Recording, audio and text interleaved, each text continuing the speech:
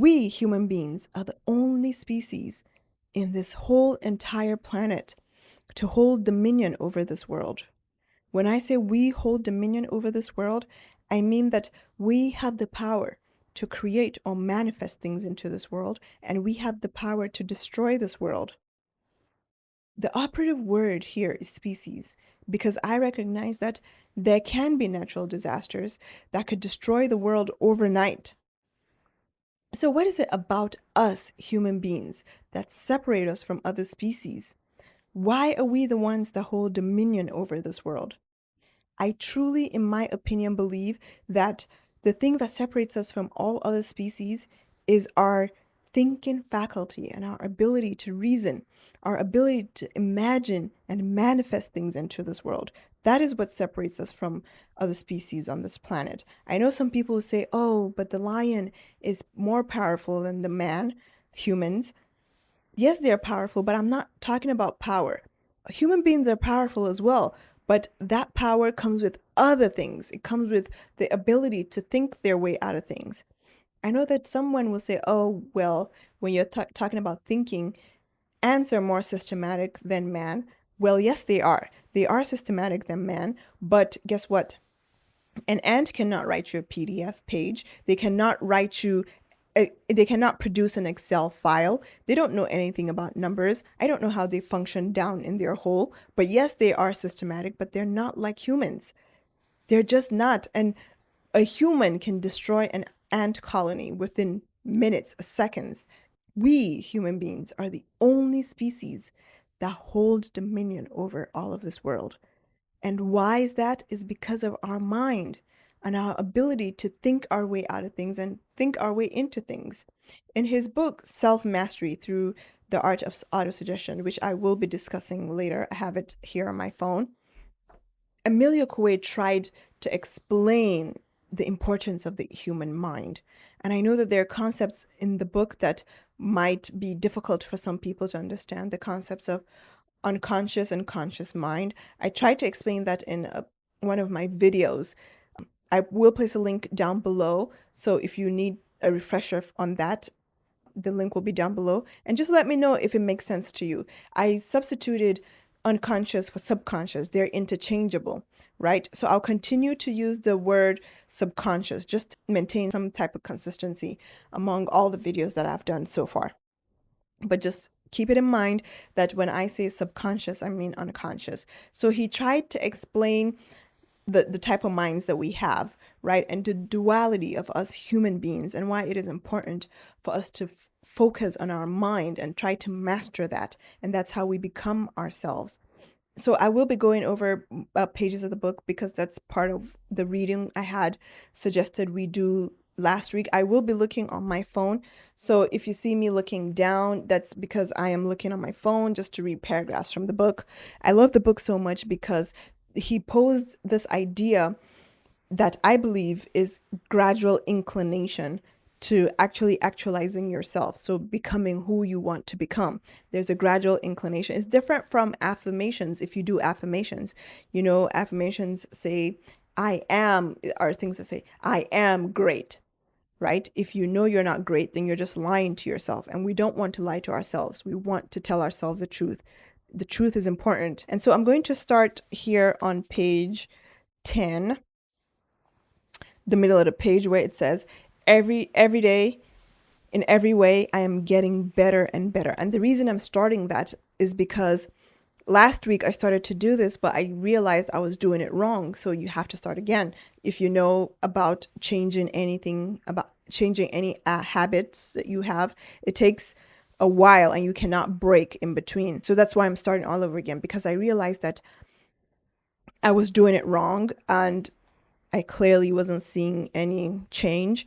So I'm starting from page 10, the middle of the page, with where there are block letters there. It starts with every day, in every way, I am getting better and better.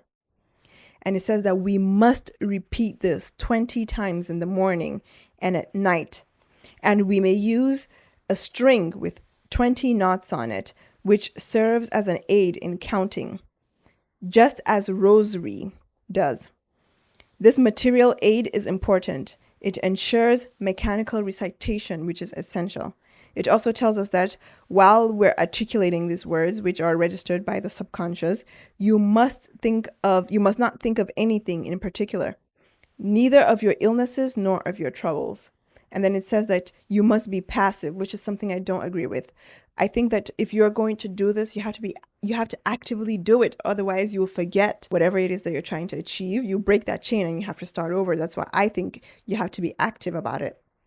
But he tells you to be passive. Just try whichever one works for you. And it says we have to be passive with only the desires that all may be for the best.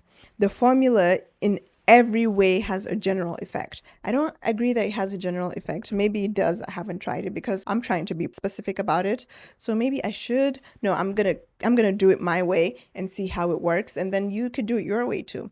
And I think the important thing here for us to understand is that for us to be able to begin to build new habits for ourselves is that we have to be consistent. I know that the page said that we should be passive about it, but how can you be consistent and passive as well? Well, there's an argument for that because we passively behave in ways that we know nothing about. So maybe that's why he's saying we should behave passively, but try it for yourself. So that's the first part of that book that I wanted us to look into. And then the next part is this on page 5, right? It tries to explain the functioning of the mind and how it applies to the material world. So he tells us that in every case that the material element has its place, but that this place is only one of subservience, that matter is servant, mind is master, and that the matter will always obey the direction of the mind if the thing aimed at is in any way possible. So what he's trying to explain here is that, let me see how I can, so for example, this table that I'm sitting on and this chair and this microphone, they were all made possible due to the human mind. That's what he's trying to say, that the mind is the master here. A microphone cannot tell me how to live my life. A table cannot tell me how to live my life, but I can mold something into a table. I can mold a chair to be a chair, and I could tell it, you're going to be a chair. That's what he means, that material things are our servants and we are the master. So that's what he's trying to say. The mind that manifests things into the world is the master. And the reason that we're starting to work on ourselves with this book is because we want to master ourselves. We want to know what it is that triggers us, and we want to know how we can be of service, add value into the world. And how do we add value into the world is we work on ourselves, recognize what we are and what we're capable of, and we add that into society. I truly believe that if you are going to change anything in the world, we have to all start with ourselves. Because if you understand that we make the collective of the world, we meaning you and I, we are part of the collectives of the world. And our actions in the world affects the world. I know that I'm one person, you are one person, but think about it. You, this one person, will have a family of your own, a family that you're going to have to lead, you're going to have to guide. Well, if you don't come from a point of view of already knowing yourself, how can you guide someone else? This is why we want to start working on ourselves. We want to begin with ourselves. We are all not perfect. Yes, we fail sometimes, but we have to get up. I talk about failure a lot, and that's because I know what failure is. Trust me. I have failed so many times in my life, to the point now that I know I'm going to fail. And I know that failure is just, a way of redirecting my energy, right? It's actually not failure. It's just a price you have to pay to get to where you are, right? That's failure. And that's truly what I truly believe. And I truly believe that the reason we have to start, working on ourselves is for us to be able to identify shifts that we have to make in society to become good people, to become people that add value into the world. We're going to start with this book, Self-Mastery. If there's anything in the book you don't understand, just leave a comment down below. I will be looking at it and I'll come back and have my take on it. If you think that there's something I said that was wrong, maybe my analogy of the lion or the dolphin or the ant, just put it down below and let me know that I was wrong, and I'll look into it, you know. So that's part of the book that I really, really like. I know that I mentioned something about affirmations, and why I gravitated towards the book is just because the book just makes sense. You don't just wake up one morning and become great. There's small acts in between that gets us there. And that's what this book is trying to do, is trying for us to build the small acts. And also, while you're reading the book, I'll suggest that you identify things you don't agree with, because I have definitely identified things I don't agree with, especially in the story about the unconscious mind. The man that wakes up, sleepwalks himself into actually accomplishing tasks he was supposed to accomplish the next day. And then he wakes up and he doesn't remember that he did it at night. That's the subconscious mind. The part that I don't agree with, that whole example and series of examples of him explaining the unconscious mind, is the fact that he used the word delirium. And the reason I don't agree with that is because when I first read it, I had this negative connotation about delirium in my mind. And I actually paused for a minute. I didn't like the fact that he used that word, but I guess it does make sense to use that word, but not for me. I feel like there should be words that can substitute for delirium, because now we're coming into the age where we understand that the human mind functions, the human mind drives everything we do. And to call the mind delirium is actually a negative connotation for the mind. You have to remember that this book was written in 1922. At that time, I don't know if they have any kind of filtering system. I know that there are people that did see beyond their time, because everything that Emilio mentioned in this book has been researched and practiced in books. I know I posted a link about the TED Education talk that someone gave about autosuggestion and Emilio Coué, and how it's being used by schools to, educate people, to convince people that they're capable of doing something that they're not. The thing is, it's a gradual suggestion. You suggest to yourself gradually, and before you know it, you are who you affirm to be. So this is the beginning. You start here and then you begin affirmations. The one thing also I like about the book when I was reading it is that there's a statement in the book that says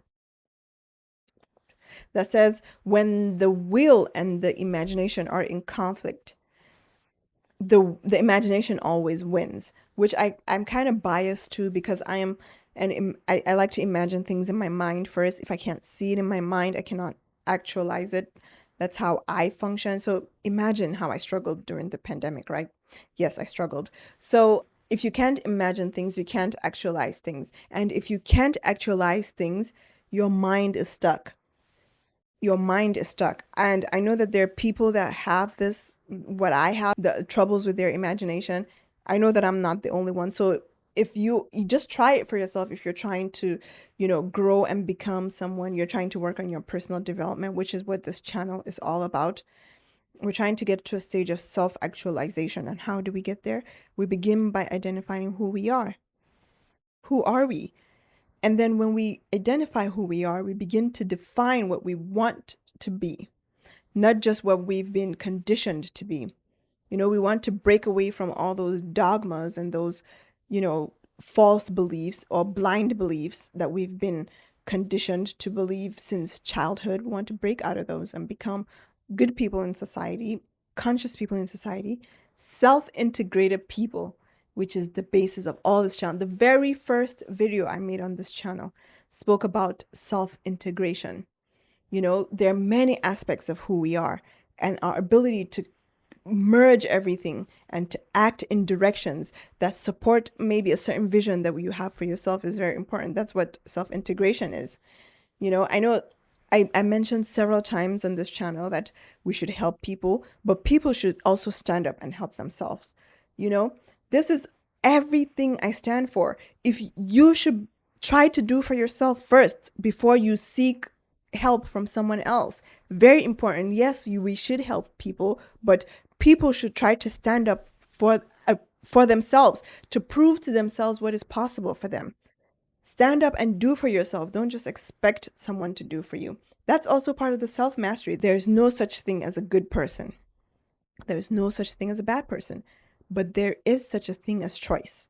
You can choose to become something, right? And how do you choose to become something? Self-mastery. You have to start here. You have to start defining who you want to be in the world. Okay, so I will summarize what has been mentioned here. We're going to try to do the exercise in the book properly, which is by one, doing the statement every day in every way. I am getting better and better. And we're going to do it 20 times in the morning, 20 times at night, right? And we're going to be passive about it. I'm going to be active about it, but you could be passive about it if you want to. And then we're going to come from a very comfortable place where we are not worried about our problems. We're not worried about things outside of ourselves.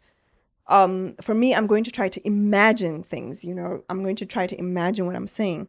So I'm saying every day in every way, I'm drinking eight glasses of water. I can imagine that. I can imagine myself drinking 8 glasses of water. That's the start.